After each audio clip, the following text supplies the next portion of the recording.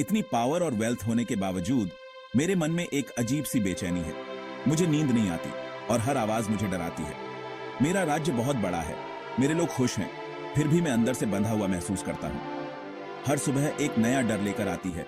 मौत का डर, हार का डर, अकेलेपन का डर। ये डर मेरे अंदर घर बना चुके हैं। दरबार में बहुत से विद्वान और पंडित हैं, लेकिन उनकी विजडम से मुझे कोई शांति नहीं मिलती। उनकी बातें मुझे सुनने में खोखली और बेमानी लगती हैं। मेरी आत्मा दुनिया के सुखों से परे कुछ चाहती है। मैं चौंक गया जब उस युवा मंक ने खुलकर मेरे डर के बारे में बात की। उसकी बातें मेरे दिल को छू गईं। महाराज, मैं आपको एक ऐसे व्यक्ति के पास ले जा सकता हूं जो आपको सच्ची विजडम दे सकते हैं। उस रात राजा और मंक चुपचाप महल से निकल गए। जंगल का रास्ता अंधेरा और अनजान था, लेकिन राजा ने मंक पर भरोसा किया, ये मानते हुए कि यह यात्रा उसे सच्चाई तक ले जाएगी। कई दिनों की यात्रा के बाद वे एक शांत जंगल में पहुंचे, जहां गौतम बुद्ध एक बरगद के पेड़ के नीचे ध्यान कर रहे थे। मंक ने उन्हें बुद्ध से मिलवाया और राजा ने शांतिपूर्ण वातावरण में अपनी चिंताओं और आशंकाओं को दूर होते हुए महसूस किया। मैंने बुद्ध को अपने दुखों और डर के बारे में बताया है, कैसे मुझे अपनी पावर और धन दौलत के बावजूद शांति नहीं मिली। राजन, तुम अपने दुखों का कारण बाहर ढूंढ रहे हो। असली प्रॉब्लम तुम्हारे अंदर है। डर एक इल्यूजन है जो इग्नोरेंस से पैदा होता है। यह तुम्हें पास्ट के पछतावे और फ्यूचर की चिंताओं में उलझाए रखता है। लेकिन मैं इसे कैसे दूर करूं? डर मेरे अंदर बहुत गहराई तक बैठा हुआ है। मेडिटेशन और डिसर्नमेंट तुम्हारे हथियार हैं। अपने मन को शांत करो, प्रेजेंट में जियो और सच्चाई की तलाश करो। राजा ने अगले कुछ दिन बुद्ध की प्रेजेंस में बिताए, ध्यान करना सीखा और धम्म की शिक्षाओं को ग्रहण किया। बुद्ध के साथ बिताए गए समय ने राजा के जीवन में एक गहरा प्रभाव डाला। उन्होंने न केवल ध्यान की कला सीखी, बल्कि जीवन के गहरे रहस्यों को भी समझा। बुद्ध के सानिध्य में राजा ने अपने भीतर की शांति को महसूस किया और जीवन के असली अर्थ को समझने की कोशिश की। बुद्ध के शब्दों ने राजा के मन में एक नई रोशनी जलाई, जिससे वह अपने जीवन के हर पहलू को नए दृष्टिकोण से देखने लगे। धीरे धीरे उन्होंने महसूस किया कि असली पावर बाहरी दुनिया में नहीं, बल्कि खुद के अंदर होती है। यह एहसास उनके लिए एक महत्वपूर्ण मोड़ था। उन्होंने समझा कि बाहरी दुनिया की चीजें अस्थायी हैं और सच्ची शक्ति और शांति केवल आत्मज्ञान और आत्मसंयम से ही प्राप्त की जा सकती है। राजा ने अपने भीतर की शक्ति को पहचानना शुरू किया और अपने जीवन में इसे लागू करने का संकल्प लिया। उन्होंने महसूस किया कि बाहरी दुनिया की चीजें केवल एक भ्रम है और सच्ची शक्ति और शांति केवल आत्मज्ञान और आत्मसंयम से ही प्राप्त की जा सकती है।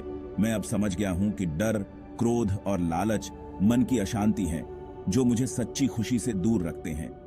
इन भावनाओं ने मेरे जीवन में केवल दुख और कष्ट ही लाए हैं। बुद्ध की शिक्षाओं ने मुझे यह सिखाया है कि इन नकारात्मक भावनाओं को कैसे नियंत्रित किया जाए और उनसे कैसे मुक्त हुआ जाए। अब मैं अपने जीवन में शांति और संतोष की खोज में हूं, और यह केवल तभी संभव है जब मैं इन नकारात्मक भावनाओं से मुक्त हो जाऊं।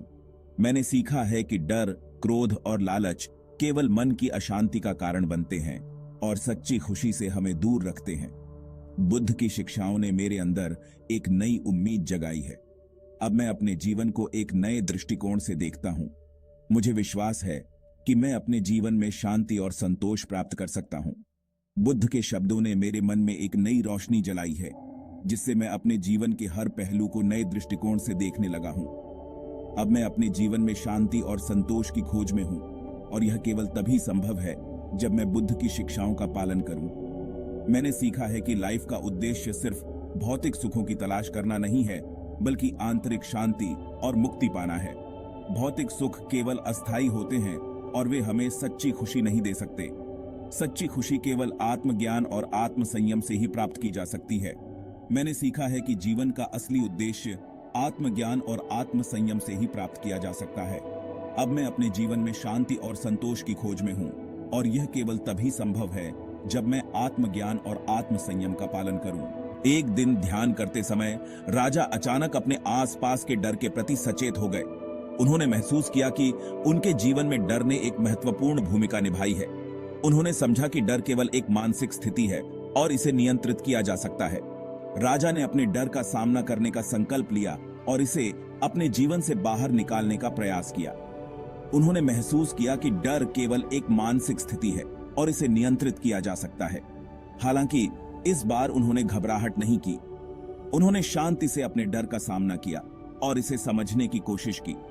उन्होंने महसूस किया कि डर केवल एक मानसिक स्थिति है और इसे नियंत्रित किया जा सकता है। राजा ने अपने डर का सामना करने का संकल्प लिया और इसे अपने जीवन से बाहर निकालने का प्रयास किया। बुद्ध की शिक्षाओं से प्रबुद्ध होकर उन्होंने अपने डर को छोड़ना शुरू कर दिया। उन्होंने महसूस किया कि डर केवल एक मानसिक स्थिति है और इसे नियंत्रित किया जा सकता है। राजा ने अपने डर का सामना करने का संकल्प लिया और इसे अपने जीवन से बाहर निकालने का प्रयास किया। उन्होंने महसूस किया कि डर केवल एक मानसिक स्थिति है और इसे नियंत्रित किया जा सकता है। बुद्ध की शिक्षाओं ने राजा के जीवन में एक गहरा प्रभाव डाला और उन्होंने अपने जीवन में शांति और संतोष प्राप्त किया। भगवान, आपकी कृपा से मुझे अपने सच्चे स्व का एहसास हुआ है। आपने मुझे अज्ञानता के अंधकार से निकालकर प्रकाश की ओर मोड़ा है। राजन, ये तुम्हारी अपनी यात्रा है, मैंने तो बस तुम्हें रास्ता दिखाया है। राजा अपने राज्य में वापस लौटता है, पूरी तरह से बदल चुका है। अब वह पावर और धन का गुलाम नहीं रहा, बल्कि विजडम और कंपैशन से राज करता है। अपने लोगों को दुखों से मुक्ति पाने के लिए प्रेरित करता है। उसकी कहानी हमें सिखाती है कि सच्ची खुशी हमारे भीतर है और इसे पाने के लिए हमें अपने डर का सामना करना होगा और उन्हें छोड़ना होगा। यह यात्रा आसान नहीं है। इसके लिए करेज, दृढ़ता और सेल्फ डिसिप्लिन की जरूरत होती है, लेकिन यह हमें उस जगह तक ले जाती है जहां सच्ची खुशी और शांति रहती है। राजा की कहानी हमें याद दिलाती है कि हम अकेले नहीं हैं। वाइज टीचर्स हमेशा हमारा मार्गदर्शन करने के लिए मौजूद हैं। हमें बस उनके गाइडेंस को अपनाना होगा और उनके दिखाए रास्ते पर चलना होगा। अंधेरे से प्रकाश की ओर, इग्नोरेंस से नॉलेज की ओर, डर से प्यार की ओर, यह यात्रा हमारे सच्चे स्व की खोज है। यह उन सभी के लिए है जो दुखों से मुक्ति और आंतरिक शांति चाहते हैं। मेरी कहानी हमारी अपनी स्पिरिचुअल जर्नी का एक मेटाफॉर है। हम सभी को अपने जीवन में डर का सामना करना पड़ता है, जो हमें अपनी पूरी क्षमता तक पहुंचने से रोकता है। बुद्ध की शिक्षाओं की तरह अपने डर का सामना करने से उनकी पावर का अभाव पता चलता है। डर एक इल्यूजन है जो हमारे अपने मन की उपज है। मेडिटेशन, डिसर्नमेंट और सेल्फ नॉलेज के माध्यम से हम अपने मन को शांत कर सकते हैं और अपने डर की जड़ों को समझ सकते हैं, खुद को मुक्त कर सकते हैं। यही लिबरेशन हमें सच्ची खुशी और शांति की ओर ले जाती है। मेरी कहानी यह महत्वपूर्ण संदेश देती है, सच्ची शांति और खुशी बाहरी दुनिया में नहीं, बल्कि हमारे भीतर होती है। जब तक हम अपने मन को कंट्रोल नहीं करते, तब तक हम सच्ची खुशी का अनुभव नहीं कर सकते। हमें बुद्ध की शिक्षाओं को अपने जीवन में अपनाना चाहिए। मेडिटेशन का अभ्यास करना, अपने मन को शांत करना, प्रेजेंट में जीना और अपने सच्चे स्व की खोज के लिए अपने अंदर झांकना बहुत जरूरी है। यह यात्रा चुनौतीपूर्ण है, लेकिन हमारे जीवन की सबसे महत्वपूर्ण यात्रा है। यह हमें अंधेरे से प्रकाश की ओर, इग्नोरेंस से नॉलेज की ओर, डर से प्यार की ओर ले जाती है।